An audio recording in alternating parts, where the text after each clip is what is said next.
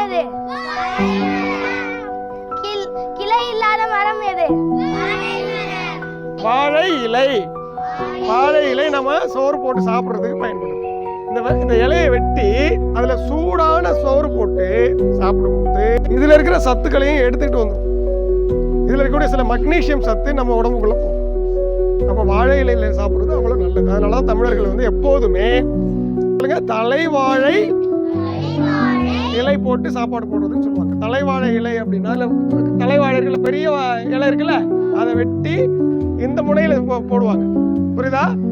அப்போ இன்னைக்கு நம்ம நாட்டுல இந்த வாழை இலையில சாப்பாடு போடுற கலாச்சாரமே ஒழிஞ்சு போச்சு. ஆமாவா இல்லையா? எங்கேயாவது போனா தட்டுல போடுறாங்க, இல்ல பிளாஸ்டிக் தட்டுல போடுறாங்க. இப்ப எல்லாம் பாத்தீங்கன்னா நிறைய பிளாஸ்டிக் வாழை இலையெல்லாம் உருவாயிடுச்சு. அதனால சாப்பிடலாமா? அது கெடுதல். ஆனா இயற்கையான வாழை இலையில சாப்பிடும்போது நமக்கு நல்லது. புரியுதா உங்களுக்கு?